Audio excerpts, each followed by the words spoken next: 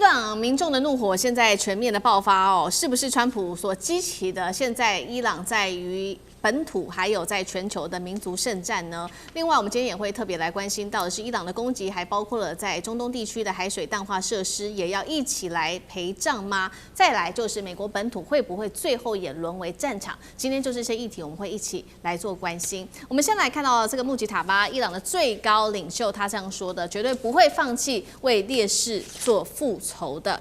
包括了除了穆吉塔巴出來說話之外，還有他們的什葉派最高的宗教權威。就是大阿亞圖拉了，也呼籲國家要一起團結來抵抗。而我們看到這一場戰火在空襲之下，美國跟以色列的空襲之下，已經造成了他們很多很重要的一些歷史文物受到強烈的轟炸，包括了14柱宮，還有阿里卡普宮等等，還有他們的世界文化遺產。伊朗學者是這樣痛批的，他說摧毀他們就是抹除我們的記憶。紐約時報也這樣做的評論。伊朗的民眾看到這一些的文物被轟炸，他們的憤怒已經到達了臨界點，疑似是在蓄意認為他美以的動作疑似是在蓄意摧毀波斯文明的身份的認同。苑老師怎麼看？會不會在這個穆吉塔巴跟他們的重要的最高宗教領袖的這個號召之下，激起伊朗前所未有的一個民族團結？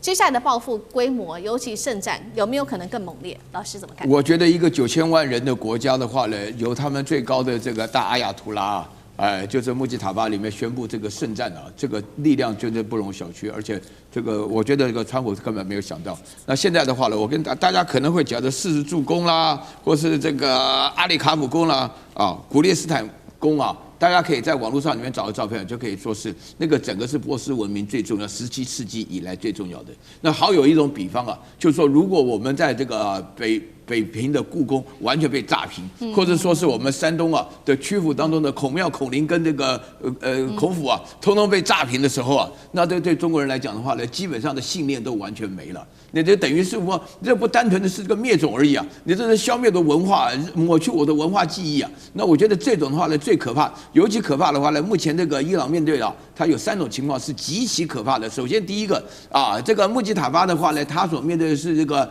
家恨跟國仇都放在一起。所以他宣布聖戰，他是最重要的一個復仇的代表人物，对不對？然後第二點的話呢，就是這個伊朗發覺說，原來你要搞死我，你把我所有的文明中得意的部分，因為大家要了解啊，波斯文明是個3000年的文明啊。我們的哲學史的話呢，就是從這個大家都知道，常常在講修昔底德陷阱啊，叫做佩洛奔尼撒戰爭，就是說在這個過程中，雅典跟斯巴達的話呢，他們共同的敵人就是波斯民族啊，就是亞歷山大大帝的時候所面對的波斯征服，所以說。整個哲學的發展、歷史的發展、西方歷史的發展，都跟這個伊朗今天的伊朗，也就是當年的波斯是完全在一起。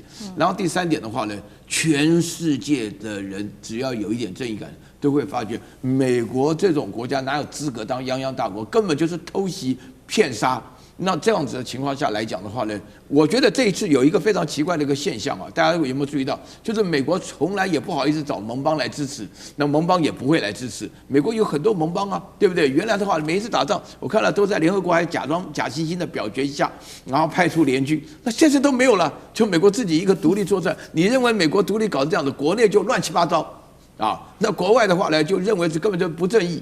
我們哲學裡面講說，孟子說打仗還有義戰。義戰的話呢，對於鼓動士氣非常有幫助啊，對不對？那你現在的話呢，這場戰爭不正不義，所以我們剛剛才出現那種福特艦動不動就失火啊，廁所不通啊，這個小問題構成一個非常非常嚴肅的一個發展，有人反對嘛？美國這種做法有人反對嘛？好，這個是美以針對於這個伊朗他們的文化遺產的攻擊，掀起了伊朗內部非常大的一個民族團結的一個士氣哦。也在這樣子的一個情境之下，伊朗持續的轟炸，他現在鎖定的下一個目標，來自於 CNN 的說法，就是在中東波斯灣國家的海水淡化設施了。畫面上我們請導播 take 這些所有的國家，包括沙烏地啊、阿曼啊、科威特、阿聯酋等等，都是依靠這一些海水淡化的。那麼如果真的被這個摧毀的話，就會直接升級成民生浩劫。將軍怎麼看？我就補充一下哈，其實我們軍人打仗有一些東西是不打的。第一個，比如說醫院你是不能打的，救護兵你是不能殺，所以他們醫療救護車上面都畫着大大一個十字，那不是給敵人的狙擊槍瞄準，那是告訴你說我這是救護車，你不能打。這是這個國際有相關的公約哈。是。另外還有一個不打的就是文化不打。你知道2次世界大戰裡面，你看巴黎打了沒有？沒有打哦。這個巴黎他們就整個城市，當然法國知道也打不過了，他寧可保存他的文化，他整個撤出來。然後這個我們跟這個北平也是一樣，傅作義那時候就不打，就直接撤出來，那是為了保存文化哈。所以有時候我開玩笑講說，如果2個之間開戰，什麼地方最安全？你知道？故宮最安全，故宮最安全哈。因為2岸之間大概不會。那伊朗、以色列這時候居然去打人家伊朗的古蹟，這是非常非常惡劣，就徹底，這已經不是說這個只是一個軍事上的衝突，整個徹底要將這個所謂伊朗的文明將它消滅掉，因為這可能牽涉到彼此之間宗教的仇恨所以譬如說是是不是再有十日軍第2次的。再一次的東征那種心態，我覺得這東西不可避免，因為他們在這古蹟上面，他都蓋了藍色的布嘛，表示我這邊是古蹟嘛，你不要打嘛，對不對？這是人類的文明嘛。但是以色列照樣炸，可見的我認為以色列是故意的，目的就是要消滅這個伊朗的文明哦。那我們講到這個淡水，其實在這個2003年的那時候，伊拉克入侵科威特。那會不會發生這種事情？會不會去攻擊淡水廠？我覺得可能性很高哦。這不是沒有發生過。當初伊拉克去打科威特，最後被美國打敗走的時候，他走的時候有多惡劣？他就把所有的石油要不然一把火燒掉，燒了好幾個月。那時候造成你這個全世界來講的話，石油的危機。第二個，他將這個油倒到波斯灣裡面去，造成那個海水淡化廠的這個沒辦法做海水淡化，你就沒辦法取得淡水。所以整個科威特90%要用的淡水都必須要用運輸來。那我認為這是，如果說你把伊朗逼到狗急跳牆，狗急跳牆我覺得他去攻擊這些海水淡化廠的可能性是非常高的，因為現在我們看到双方已經殺紅了眼嘛。那以色列来講，也揚言要去攻擊伊朗的產油設施，然後讓你的油沒辦法賣出去斷掉你的國家經濟命脈。那你斷我經濟命脈，我就斷你的民生設施，我就將你用水全部這個海水淡化廠打掉。那對伊朗有沒有影響？會不會攻擊伊朗？我跟各位講，伊朗還就是它淡水也缺可是它畢竟它是一個內陸國家，它本身有相關的這個海水有相關的淡水設施，比如說它有地下水它有河水它還有相關水可以飲用，所以它不受這個威脅。但是海灣這邊國家以前他們都是本來就是在沙漠嘛，它大概在還沒有工業化以前，還沒有商業化以前，大概水都還夠用大概挖一些井還夠用。但是你看看现在我们不管講杜拜啦，或者是阿聯酋啦這些工商發展到這種程度包括石油的提煉，包括到旅遊觀光業，你看那用水量有多大？那如果說這個水一旦將你這個海水淡化廠攻擊掉，第一個受傷最重的可能就是觀光產業，你就做不了。第二個當然相關的，包括到科技的產業，包括到石油的產業，都會受到很重的打擊。因為短期之間你沒辦法恢復，人沒有淡水，他就活不下去。